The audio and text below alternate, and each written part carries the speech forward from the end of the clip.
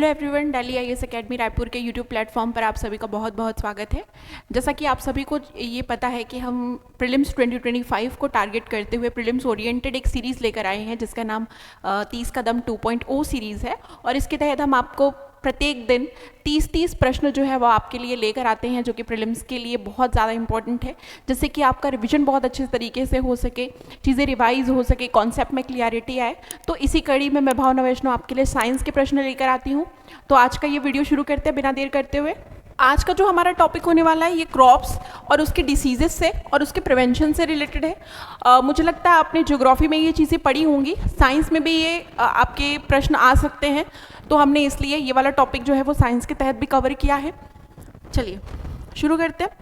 पहला जो प्रश्न है, which disease causes spindle shaped lesson और राइस लीव्स।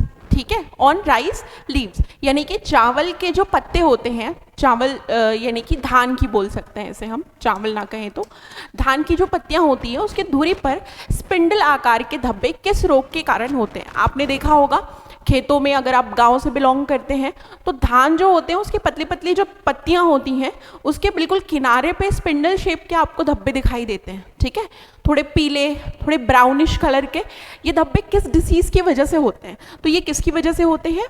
ब्लास्ट डिसीज़ की वजह से होते हैं। ब्लास्ट एक कैसा डिसीज़ है? फंगल। एक ये फंगल डिसीज़ है जो कि फंजाई की वजह से होता है। फंजाई की वजह से क्यों होता है? या तो फिर मिट्टी बहुत ज़्यादा नम हो, ह्यूमिडिटी बहुत ज़्यादा बढ़ जाए, प्रॉपर ड्रेनेज ना हो आपके खेतों में, पानी जो है वो लंबे समय तक भरा रहे। ठीक है, तो इन सब कारणों से, इसके अलावा नाइट्रोजन बहुत ज़्यादा अगर आपने दे दिया है, नाइट्रोजन की जो पोषक तत्व है वो बहुत ज़्यादा आपने अपने खेतों में डाल दिया है, तो इसकी वजह से भी मॉइस्चर बहुत ज़्यादा आ जाता है और उसी मॉइस्चर की वजह से ये फंगल जो है, फंजाई जो है वो डेवलप होते हैं सॉइल में, और इसी की वजह से जो बीमारी होती है इसे कहा जाता है ब्लास्ट। ठीक है, ब्लास्ट की वजह से स्पिंडल शेप के धब्बे जो है वो हमें देखने को मिलते हैं, धुरी के समान बिल्कुल कॉर्नर पे, एजेस पे हमको दिखाई देते हैं पत्तियों के, इसे कहा जाता है ब्लास्ट। ओके, याद रखिएगा। चलिए बढ़ते अगले प्रश्न की ओर। चावल में पत्तियों पर आंख के धब्बे जैसे लक्षण किस रोग से होता है? तो इसका उत्तर भी क्या होगा? ब्लास्ट। ब्लास्ट बीमारी के कारण आंख के शेप के, ठीक है, ऐसे जैसे पतली पतली पत्तियां होती हैं धान की, इनमें बिल्कुल यहाँ पर एकदम कॉर्नर एजेस पे आपको आंख के शेप के इस तरीके से धब्बे आपको दिखाई देंगे, या फिर डायमंड शेप आप बोल सकते हैं, डायमंड के शेप के या आंख के शेप के धब्बे दिखाई देते हैं। किनारे किनारे से ये वाइट होते हैं, अंदर से थोड़े से ब्राउनिश होते हैं, और ये किस डिसीज़ की वजह से होता है? ब्लास्ट डिसीज़ की वजह से होता है। जैसे मैंने बताया, ये किसकी वजह से होता है? तो फंजाई की वजह से होता है। बहुत ज़्यादा ह्यूमिडिटी, प्रॉपर ड्रेनेज आप नहीं करते हैं खेतों में, ठीक है, व्यवस्था अच्छी नहीं होती है, या फिर ह्यूमिडिटी बहुत ज़्यादा होती है, दिन में बहुत ज़्यादा गर्मी होती है, रात को बहुत ठंडा मौसम होता है, या लंबे समय तक बदली आ रही होती, तो ऐसी स्थिति में धान की फसलों में ये बीमारी जो है वो देखी जाती है, फंगल इन्फेक्शन की वजह से। ओके, चलिए बढ़ते अगले प्रश्न की ओर। Karnal bunt disease is associated with. Karnal bunt जो रोग है वो इनमें से कौन सी फसल से संबंधित है? तो किससे संबंधित है? गेहूं से संबंधित है। गेहूं की फसल पर करनाल डिस्ट्रिक्ट जो है आपका कहाँ का? हरियाणा। यहाँ पर गेहूं की फसलों में सबसे पहले ये रोग देखा गया था, इसीलिए इसे करनाल बंट के नाम से जाना जाता है। इसमें जो गेहूं के दाने होते हैं वो कैसे हो जाते हैं? काले काले हो जाते हैं, या फिर अगर आप उनको थोड़ा सा प्रेस कर दो उन दानों को तो वो एकदम पाउडर फॉर्म में चेंज हो जाते हैं। ठीक है, थोड़ी सी फिशी उसमें से स्मेल आती है अगर उसको स्मेल किया जाए तो इस डिसीज़ को क्या कहा जाता है? करनाल बंट रोग कहा जाता है। होता किस में है? गेहूँ की फसल में होता है। देखिए, रोगों से रिलेटेड 2025 में आपका 2024 CGPSC में एक प्रश्न आया हुआ है, ब्लाइट डिसीज या ब्लास्ट डिसीज से संबंधित एक प्रश्न पूछा गया है, तो ये वाली सीरीज बहुत ज़्यादा इंपॉर्टेंट है। ओवरऑल 30 प्रश्न में आपका पूरा रिवीजन हो जाएगा। ठीक है, चलिए आगे बढ़ते हैं अगले प्रश्न की ओर। Red rot disease with reddening internals affect. ठीक है, अंदरूनी भाग में लालिमा वाला रेड रॉड जो डिसीज है वो इनमें से किसको प्रभावित करता है? तो रेड रॉड डिसीज किस में होता है? गेहूं में, माफ कीजिएगा, गेहूं नहीं होगा, इसका आंसर गन्ना होगा। ठीक है, ऑप्शन नंबर सी, गन्ने में होता है। गन्ने के अंदरूनी भाग को अगर आप देखेंगे, कभी कभी गन्ना खाते हुए तो देखेंगे, उसके जो रूट्स होते हैं, जैसे कि गन्ना होता है इस तरीके से अलग अलग जगह, इसके रूट्स या स्टेम में इस तरीके से आप देखेंगे रूट यहाँ पर होता है ऐसा, तो इसमें कभी कभी आपको रेडनेस दिखाई देती है। ठीक है, गन्ना अगर आपने खाया होगा, बहुत ज़्यादा नोटिस किया होगा तो आपने देखा होगा इसके स्टेम में आपको थोड़ी रेडनेस दिखाई देती है। वो किसकी वजह से होता है? इस बीमारी की वजह से, जिसे आप कहते हैं रेड रॉट। ठीक है, ये बीमारी जब बहुत ज़्यादा बढ़ जाती है तो इसके स्टेम या रूट्स जो हैं वो कैसे होने लगते हैं? गलने लगते हैं, सड़ने लगते हैं। तो ये जो बीमारी है किस में देखा जाता है? गन्ना, जिसमें उसका अंदरूनी भाग कैसा हो जाता है? लाल हो जाता है। इसलिए इस बीमारी को कहते हैं रेड रॉट। और ये भी कैसा डिसीज है? फंगल डिसीज है। रेड रॉट भी कैसा डिसीज है? फंगल डिसीज है।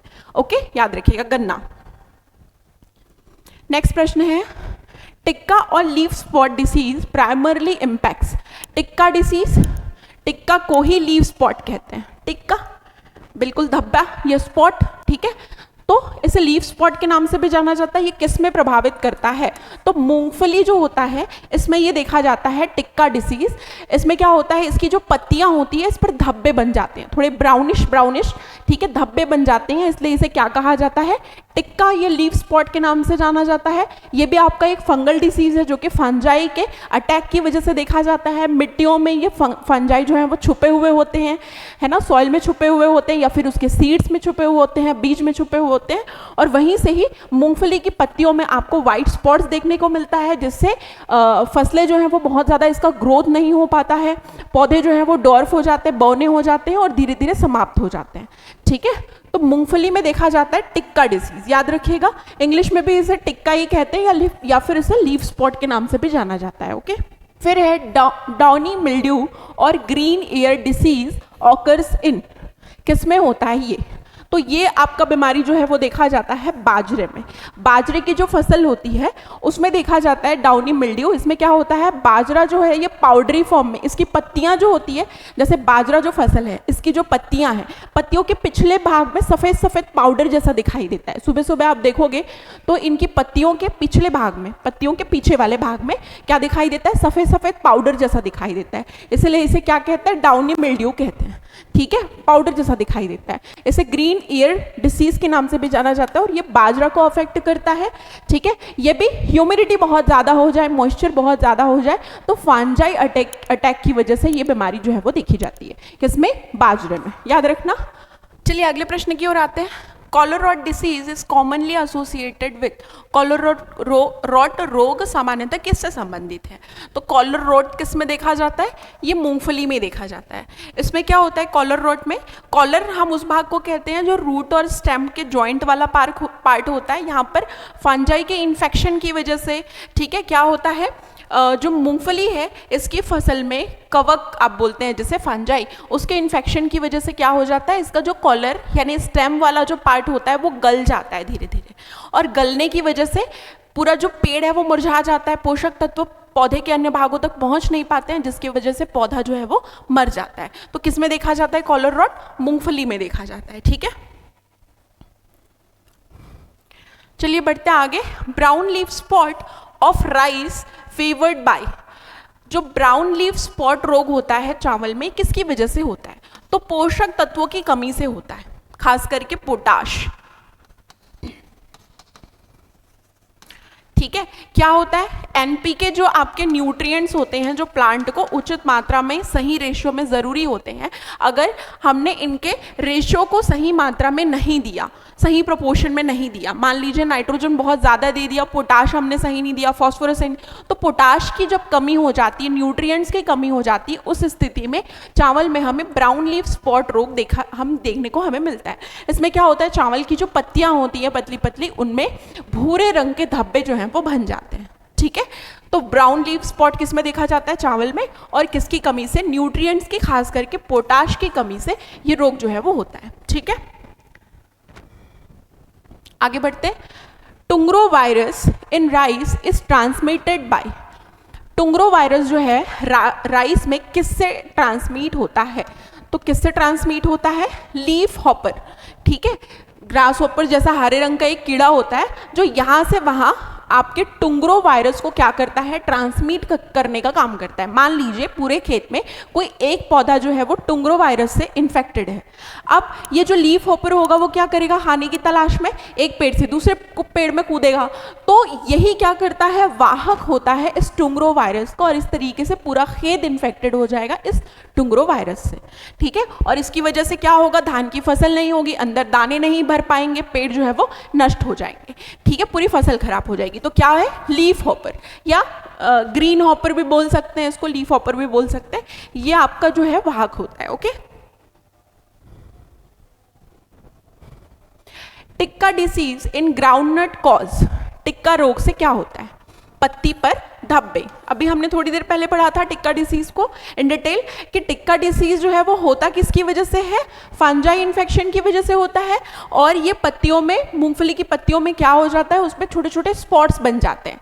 ठीक है, धब्बे बन जाते हैं, लीफ पे स्पॉट्स बन जाते हैं, इसीलिए इसे हम क्या कहते हैं, टिक्का डिसीज कहते हैं।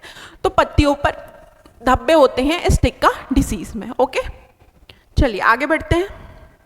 चलिए बढ़ते हैं अगले प्रश्न की ओर। चावल में ब्राउन स्पॉट रोग जो है वो पाया जाता है अधिक उर्वरता में, कम उर्वरता में, शुष्क दशाओं में या ठंडे मौसम में।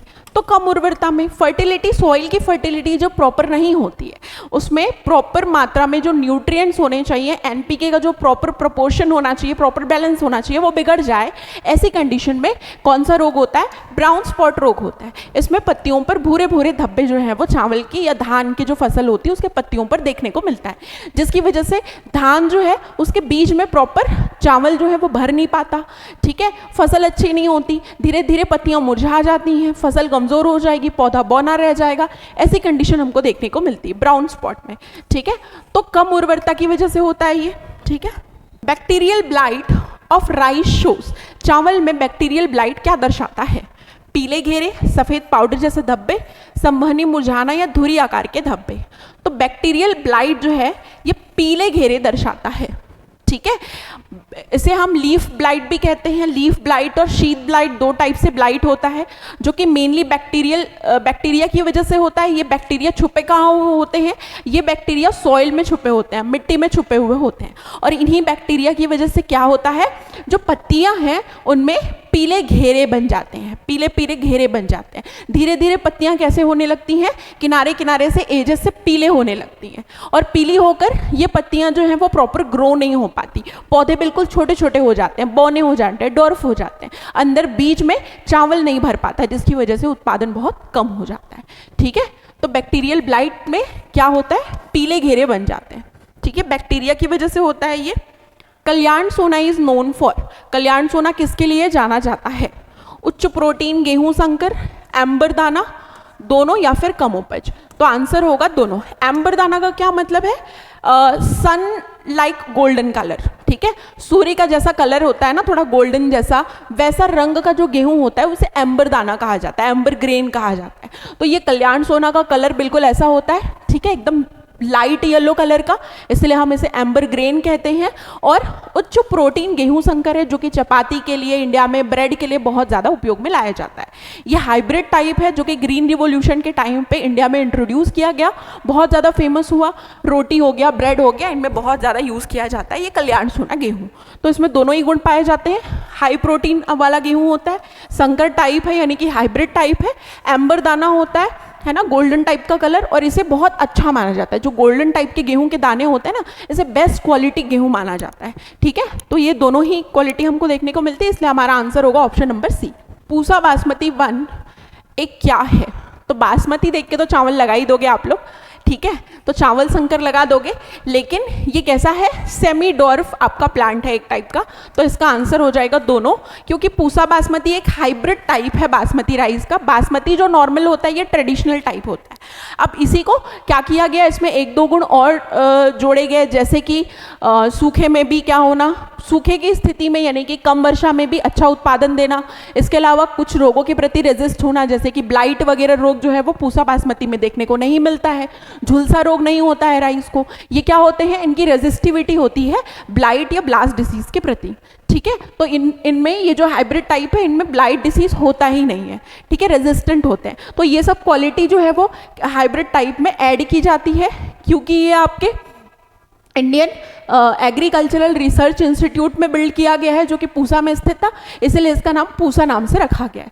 ठीक है, तो पूसा बासमती 1 क्या है, एक संकर तो है चावल की प्रजाति, साथ ही सेमी डॉर्फ है, ज़्यादा लंबा नहीं होता है, छोटा ही होता है हाइट में, और बहुत ज़्यादा उत्पादन देता है, कम हाइट में ज़्यादा उत्पादन। ठीक है, तो ये दोनों ही क्वालिटीज़ में होती है, इसलिए हमारा आंसर हो जाएगा ऑप्शन नंबर सी। ओके, चलिए आगे बढ़ते हैं अगले प्रश्न की ओर।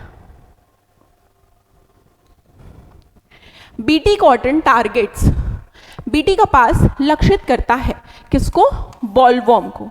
ठीक है, बॉलवॉर्म जो कीड़े होते हैं ये क्या करते हैं, कॉटन के जो पत्तियां होती है उसको खा जाते हैं, जैसे कि कॉटन की फसल जो है वो पहले ही नष्ट हो जाती है, होने से पहले ही प्रोडक्शन नहीं हो पाता प्रॉपर, तो उसके लिए एक रेजिस्टेंट टाइप बिल्ड किया गया है जो कि बॉलवॉर्म को खत्म कर दे, उसे कहा जाता है बीटी कपास, बीटी कॉटन। और बीटी कॉटन में ऐसा बैक्टीरिया होता है, बीटी बैक्टीरिया, जो कि बॉलवॉर्म को क्या करता है, बॉलवॉर्म के प्रति रेजिस्टेंट होता है, बॉलवॉर्म उसको खत्म नहीं कर पाता।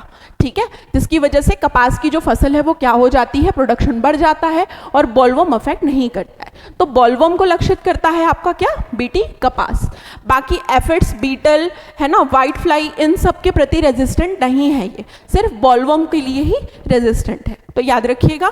ठीक है, नेक्स्ट है BT cotton gene from, BT कपास जीन किससे प्राप्त होता है, तो किससे प्राप्त होता है, बैसिलस थुरिंजिएंसिस एक टाइप का बैक्टीरिया है, बीटी का फुल फॉर्म होता है, बीटी एक टाइप का बैक्टीरिया है, इस बैक्टीरिया को कपास के अंदर इसका जिन जो है वो डाला जाता है, हाइब्रिड टाइप का कपास बनाया जाता है जिसे बीटी कॉटन कहते हैं, और इस बीटी कॉटन को बॉलवॉर्म जो कीड़ा है वो खत्म नहीं कर सकता। ठीक है, तो इसका फुल फॉर्म क्या है बीटी का, बैसिलस थुरिंजिएंसिस। ठीक है, याद रखिएगा, ये मेंस में पूछा गया था बीटी कपास, मेंस सीजीपीएससी मेंस 2024 में, 2023 में। ठीक है, प्रीलिम्स में भी आने के चांसेस हैं, तो आप लोग याद रखिएगा।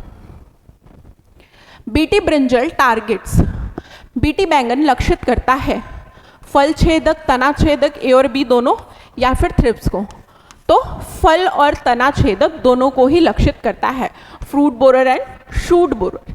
देखो क्या होता है, आपने देखा होगा कि बैगन की जो फसल होती है उसमें छेद होता है, बैगन आप लोग खरीदने जाते होगे सब्जी मार्केट, वहां पर आपने देखा होगा कई कई बैगन में छेद होता है, होल होता है, कभी कभी उसके स्टेम में भी होल आपने देखा होगा। वो क्या है, वो एक टाइप के कीड़े की वजह से, कीड़े क्या करते हैं, जिन्हें हम क्या कहते हैं, फ्रूट बोरर या शूट बोरर कहते हैं, ये क्या करते हैं, उसके अंदर होल कर देते हैं और उसके अंदर ग्रो होने लगता है, जिसकी वजह से बैंगन की फसल जो है वो क्या हो जाती है, खराब हो जाती है। तो बैंगन की फसल को ये जो फ्रूट एंड शूट बोरर है, इनसे बचाने के लिए एक हाइब्रिड टाइप ग्रो किया गया, जिसे ही क्या कहते हैं, बीटी बैंगन कहते हैं। जैसे हमने जो आपका बैसिलस थुरिंजिएंसिस बैक्टीरिया था उसको क्या किया, उसके जिन को कपास के अंदर डाला, बिल्कुल उसी तरीके से हम इसी बीटी बैक्टीरिया को यूज करेंगे और बैंगन के अंदर इसके जिन को डालेंगे, जिससे कि ये fruit borer and shoot borer जो होते हैं ये क्या ना कर सके, बैंगन की फसल को खराब ना कर सकें। तो इन दोनों को ही ये लक्षित करता है, तो हमारा आंसर हो जाएगा ए एंड बी बोथ।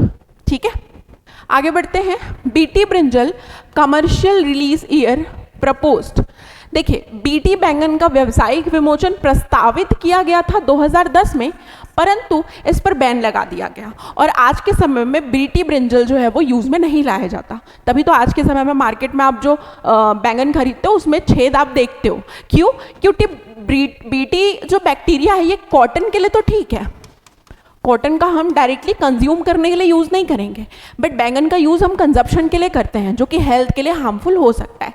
और साथ ही साथ जो हमारे लोकल किसान हैं उनके लिए ये बीटी बैंगन जो है वो क्या करना, ग्रो करना थोड़ा महंगा भी साबित हुआ, जिसकी वजह से उन्होंने इसको क्या किया, इसका विरोध किया, अपोज किया और इस पर जो है वो रोक लगा दिया गया था। 2010 में प्रपोज किया गया था विमोचन करना 2010 में, परंतु इस पर रोक भी लगा दिया गया। तो हमारा आंसर होगा 2010। नेक्स्ट है क्रॉप रोटेशन प्रिवेंट्स, फसल चक्र रोकता है मृदा जनित रोग को, वायु जनित रोग को, बीज जनित रोग को या वाहक जनित रोग को। तो किसको? मृदा जनित रोग को, क्योंकि मृदा में मान लीजिए फांजाई डेवलप हो गया है, बैक्टीरिया डेवलप हो गया, छुपे हुए हैं ये फांजाई, ये बैक्टीरिया। अब आप क्या कर रहे हैं, वो फांजाई जो है वो क्या हो चुका है, बिल्कुल होस्ट बना चुका है किसी एक फसल को, मूंगफली की फसल को, धान की फसल को, और अब लगातार वही धान की फसल, मूंगफली की फसल लगा रहे हैं, तो वो बैक्टीरिया या फांजाई क्या होंगे, और ज़्यादा ग्रो होते जाएंगे। उसको तो बिल्कुल उसके मनचाहा इन्वायरमेंट उसको मिल जा रहा है उसी फसल को बार बार लगाने से।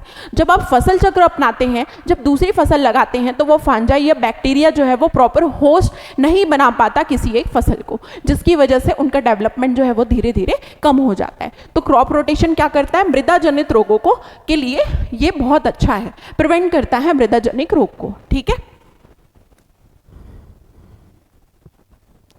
हॉट वाटर ट्रीटमेंट कंट्रोल्स, गर्म पानी उपचार नियंत्रित करता है गेहूं का लूज मट, बीज जनित रोग दोनों या विषाणु को। तो ये वायरस को तो नहीं खत्म कर पाता है, बाकी गेहूं में जो लूज मट होता है, जिसकी वजह से गेहूं के जो दाने होते हैं वो प्रॉपर ग्रो नहीं हो पाते, सिकड़े सिकड़े से छोटे हो जाते हैं। ठीक है। और बीज जनित रोग जो होते हैं, जिनमें फांजाई या बैक्टीरिया जो है वो छुपा हुआ होता है, वो क्या हो जाते हैं, गर्म पानी के उपचार से नियंत्रित होते हैं। अब गर्म पानी आप 50 से 75 डिग्री सेंटीग्रेड पर यूज़ करोगे, अब उनका छिड़काव अगर आप करते हो, ठीक है, तो जो छुपे हुए बीज और सॉइल में छुपे हुए जो फांजाई या बैक्टीरिया हैं वो क्या हो जाएंगे, मर जाएंगे। ठीक है। तो इसकी वजह से गेहूं का लूज मट भी ठीक होता है और साथ ही साथ बीज जनित रोग भी ठीक होते हैं गर्म पानी के उपचार से। बाकी वायरस को ये गर्म पानी खत्म नहीं कर पाता। तो हमारा आंसर क्या हो जाएगा, ऑप्शन नंबर सी।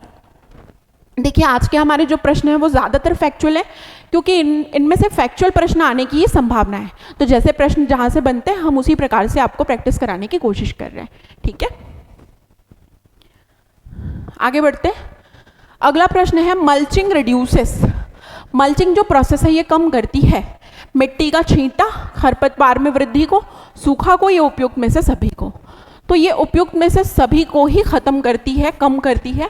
मल्चिंग क्या होता है, मल्चिंग प्रोसेस क्या होता है, जैसे कि आपका कोई खेत है, आपने खेत के ऊपर जितने भी सूखे जो पत्ते थे, ठीक है, घर के जो हाउस होल्ड छिलके विलके पत्तियों के या फिर सब्जियों के जो बचे हुए कचरे, वो सब आपने क्या किया, अपने खेतों के ऊपर लेयर बिछा दिया। गोबर वगैरह, एनिमल वेस्ट वगैरह सबको क्या किया, खेतों के ऊपर एक लेयर बिछा दी। ठीक है। पैरा जानते हो ना, धान वान की फसल के बाद जो बचा हुआ उसका वेस्ट होता है, वो सब क्या किया आपने पूरे खेत में बिछा दिया। ठीक है। अब क्या होगा, प्रॉपर एकदम ज़्यादा सनलाइट जो है गर्मी के दिनों में मिट्टी में सीधे नहीं पड़ेगी, जिससे मिट्टी सूखी नहीं होगी। ठीक है। मिट्टी के अंदर मॉइस्चर बना रहेगा। ठीक है। उसमें क्या नहीं होगा, बाष्पीकरण नहीं होगा मिट्टी में, तो मिट्टी में मॉइस्चर वैसे भी लॉक रहेगा, बना हुआ रहेगा। इसके अलावा जो डायरेक्ट हवा है, तेज़ हवा या फिर डायरेक्ट बारिश हो रही है, वो सीधे मिट्टी में पड़ती है, तो मिट्टियों में सॉइल इरोजन की समस्या जो है वो देखने को मिलती है, तो वो नहीं होगा। इसके अलावा क्या नहीं होगा, वीड्स वगैरह ग्रो नहीं होंगे, और इसके अलावा सॉइल की फर्टिलिटी भी बढ़ेगी, क्योंकि आपने क्या किया है, एनिमल वेस्ट, आपके plant based waste, household waste सबको क्या कर दिया है, ज़मीन के ऊपर बिछा दिया है, ज़मीन को पूरी तरीके से ढक दिया है, कवर कर दिया है। तो इससे क्या होगा, वो धीरे धीरे सड़कर सॉइल की फर्टिलिटी को बढ़ाएंगे। ठीक है। तो इसी को हम मल्चिंग प्रोसेस कहते हैं। तो मल्चिंग प्रोसेस मिट्टी के छींटा को और यानी कि सॉइल स्प्लैश को और साथ में खरपतवार में वृद्धि को और सूखे की कंडीशन से भी हमको प्रिवेंट करती है। तो उपयुक्त में से सभी इसका उत्तर होगा। ठीक है। बैलेंस्ड एनपीके प्रिवेंट्स, संतुलित एनपीके रोकता है पोषक तत्व में कमी से होने वाले रोगों को रोकता है। ठीक है। Nitrogen, phosphorus and potassium, NPK, अगर इसको उचित प्रोपोर्शन में प्रोवाइड किया जाए, ठीक है, जितनी मात्रा नाइट्रोजन की, जितनी मात्रा पोटेशियम और फॉस्फोरस की, तो इस मात्रा में अगर प्रोवाइड किया जाए, प्रॉपर एक रेशियो में प्रोवाइड किया जाए, तो न्यूट्रिएंट्स से कमी से होने वाले जो रोग हैं, न्यूट्रिएंट्स की कमी से होने वाले रोग हैं, जैसे कि खैरा हो गया, ठीक है, इसके अलावा हमने राइस में होने वाला एक डिसीज़ पढ़ा था, तो ये सारे क्या है, प्रिवेंट किए जा सकते हैं। ब्राउन लीफ स्पॉट एक हमने पढ़ा था, राइस में होने वाला डिसीज़, तो वो प्रिवेंट किए जा सकते हैं आपके किससे, एनपीके, बैलेंस्ड एनपीके अगर प्रोवाइड किया जाए तो। ठीक है। तो पोषक तत्वों में कमी से होने वाले रोगों को रोका जा सकता है अगर संतुलित रूप से एनपीके प्रोवाइड करें। ठीक है। नेक्स्ट क्वेश्चन देखते हैं, zinc deficiency in rice causes, khaira disease, tungro blast या फिर शीत रॉट। तो इसकी कमी से कौन सा रोग होता है, खैरा रोग देखा जाता है। जिंक एक न्यूट्रिएंट है जो कि चावल को बहुत ज़्यादा चाहिए होता है, जिसकी वजह से एक बीमारी होती है जिसे खैरा रोग कहते हैं, जिसमें प्लांट का ग्रोथ जो है वो कम हो जाता है। और ये कभी कभी एनपीके अगर बैलेंस ना मिले, ठीक है, ये न्यूट्रिएंट्स अगर बैलेंस मात्रा में ना मिले, जितना प्रोपोर्शन चाहिए उतना ना मिले, पोटाश की मात्रा कम हम लोग दें और नाइट्रोजन बहुत ज़्यादा देने लगे, तो उस कंडीशन में भी खैरा डिसीज जो है वो देखा जाता है। पोटाश की मात्रा अगर हम प्रॉपर प्रोपोर्शन में नहीं देते तो पोटाश क्या करता है, ज़्यादा से ज़्यादा जिंक को एब्जॉर्ब करने का काम करता है। अगर पोटाश नहीं दे रहे हैं हम लोग प्रॉपर, तो जिंक एब्जॉर्प्शन नहीं होगा, जैसे कि जिंक की कमी होगी पौधों में और खैरा डिसीज हो सकता है। ठीक है, तो याद रखिएगा खैरा रोग जिंक की कमी से होगा। चलिए आ जाते हैं अगले प्रश्न की ओर। Question number 24, pigeon pea wheat rotation avoids, अरहर गेहूं फसल चक्र किस रोग से बचाता है? तो किस रोग से बचाता है? विल्ट डिसीज से। विल्ट डिसीज में क्या होता है, इसमें ये विल्ट रोग जो है ये तनों में पाया जाता है। ये क्या करता है विल्ट, इसमें जो पौधे हैं उसके जो तने वगैरह हैं उसमें जाइलम वाला पार्ट जो है जहाँ से पानी का फ्लो होता है वो अफेक्ट हो जाता है, उसमें ब्लॉकेज हो जाता है, वो खराब कर देता है जाइलम वाले पार्ट को, जिसकी वजह से पानी का प्रॉपर फ्लो जो है वो पूरे प्लांट की बॉडी में नहीं हो पाता है, जिसकी वजह से पौधा जो है वो सूख जाता है, मुरझा जाता है और कुछ दिन में समाप्त हो जाता है। तो विल्ट रोग से क्या बचाता है? फसल चक्र बचाता है। वैसे तो फसल चक्र जो है वो पौधों के लिए बहुत ज़रूरी होता है और ये सारी ही बीमारियों के लिए बहुत ज़्यादा उसको प्रिवेंट करने के लिए आवश्यक होता है। ठीक है, तो फसल चक्र बिल्कुल अपनाना चाहिए। अगला हमारा प्रश्न है, father of green revolution in India, Bharat में हरित क्रांति के जनक किसे कहते हैं? तो किसे कहते हैं? एम.एस. स्वामीनाथन जी को भारत में हरित क्रांति का जनक कहा जाता है। ओवरऑल हरित क्रांति का जनक कहते हैं नॉर्मन बोरलॉग जी को, परंतु अगर भारत के लिए हम बात करें तो एम.एस. स्वामीनाथन जी को उनके प्रयासों की वजह से हम हरित क्रांति के जनक कहते हैं, क्योंकि भारत में हरित क्रांति लेकर आने वाले यही थे एम.एस. स्वामीनाथन, जिसके प्रयासों की वजह से उन्हें पद्म भूषण, पद्म विभूषण, अनेक प्रकार के सम्मानों से सम्मानित किया गया। इसके अलावा रोमन मैगसेसे अवार्ड, ये सारे अवार्ड्स भी एम.एस. स्वामीनाथन जी को दिए गए हैं। ठीक है, इसके अलावा भारत रत्न भी दिया गया। ठीक है, तो याद रखिएगा इनकी उपलब्धियां और साथ में इन्हें भारत में हरित क्रांति का जनक भी कहा जाता है। ठीक है, white revolution called, white revolution या श्वेत क्रांति को और किस नाम से जाना जाता है? तो किस नाम से जाना जाता है इसे? ऑपरेशन फ्लड के नाम से भी जाना जाता है व्हाइट रिवॉल्यूशन को। ये याद रखिएगा। श्वेत क्रांति आई कब थी? 1970 में आई थी। ठीक है, और वर्गीस कुरियन जो है वो श्वेत क्रांति के जनक कहे जाते हैं। अगले हमारे कुछ प्रश्नों में हमने देखा भी है, ठीक है, कवर किया हुआ इन सब फैक्ट को। व्हाइट रिवॉल्यूशन लॉन्च कब शुरू हुई थी? तो 1970 में। श्वेत क्रांति नाम से पता चल रहा है ना, व्हाइट रिवॉल्यूशन, तो दूध के लिए आई थी। ये दूध क्रांति या दुग्ध क्रांति के नाम से भी इसे जाना जाता है, ऑपरेशन फ्लड के नाम से भी जाना जाता है। ठीक है, अमूल वाली जो स्टोरी आपने सुनी होगी ये उससे रिलेटेड है। ठीक है, और इसे ऑपरेशन फ्लड के नाम से भी जाना जाता है, क्योंकि उस समय पर 1970 के दशक में जब श्वेत क्रांति की शुरुआत की गई थी तो बहुत वृहद मात्रा में दुग्ध और डेयरी प्रोडक्ट जो है, दुग्ध उत्पादन जो है वो क्या हुआ था, बहुत बड़ी मात्रा में उसका प्रोडक्शन जो है वो चालू हुआ था इंडिया में। ठीक है, इसलिए इसे ऑपरेशन फ्लड भी कहा जाता है। श्वेत क्रांति के जनक कौन है? तो कौन है?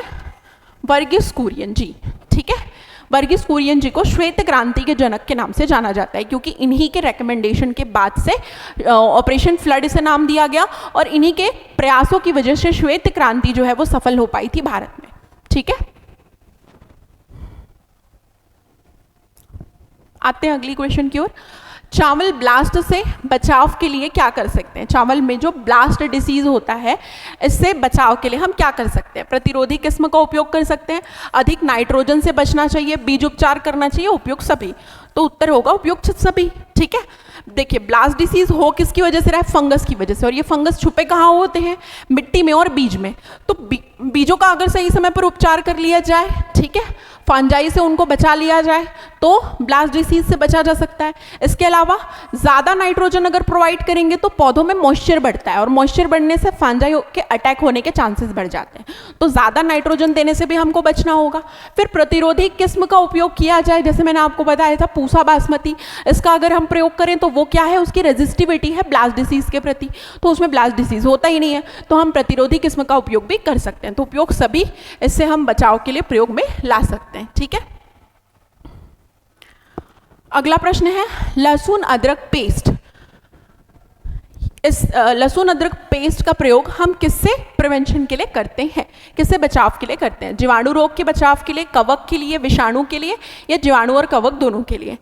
तो देखिए, ये एक तरीका है, जैविक कृषि में ये अपनाया जाता है, परंपरागत कृषि बोल सकते हैं, या जैविक कृषि में, या फिर ज़ीरो बजट कृषि में, या नेचुरल कृषि में हम हम फर्टिलाइजर्स का उपयोग ना करते हुए इस प्रकार के मैन्योर घर में बनाएं जो कि क्या ना हो, हार्मफुल ना हो, मृदा की फर्टिलिटी को भी बचा के रखें। तो उसमें इस तरह के हम मैन्योर जो है उपयोग में लाते हैं, जिसमें हम घरेलू कई चीज़ें जैसे कि हाउस होल्ड कचरे वगैरह हो गए, सड़े गले पदार्थ हो गए, उनसे मिट्टी की फर्टिलिटी को बढ़ाने का प्रयास करते हैं। तो इसी में हम पेस्टिसाइड ना छिड़क के अदरक लहसुन का अगर पेस्ट छिड़कें तो इससे जीवाणु रोगों से भी प्रिवेंट कर सकते हैं, बैक्टीरियल डिसीजेस से, और साथ में फंजाई से होने वाले डिसीजेस से भी हम बच सकते हैं। परंतु वायरस को इसमें खत्म करना मुश्किल होता है, ठीक है। तो वायरस को तो हम खत्म नहीं कर सकते, परंतु बैक्टीरिया और कवक से होने वाले डिसीजेस से हम बचाव कर सकते हैं। तो हमारा उत्तर होगा option number C, A and B both. Okay, तो इस तरीके से हमारे आज के ये क्रॉप एंड डिसीजेस से रिलेटेड कुछ फैक्चुअल प्रश्न थे जो कि कंप्लीट हुए। आई होप आप लोगों को ये वीडियो अच्छी लगी होगी। एक बार रिवीजन करने के लिए फिर से एक बार वीडियो ज़रूर देखिए, and all the best for your prelims exam. आज के लिए बस इतना ही, मिलते हैं अगली वीडियो में। Thank you so much.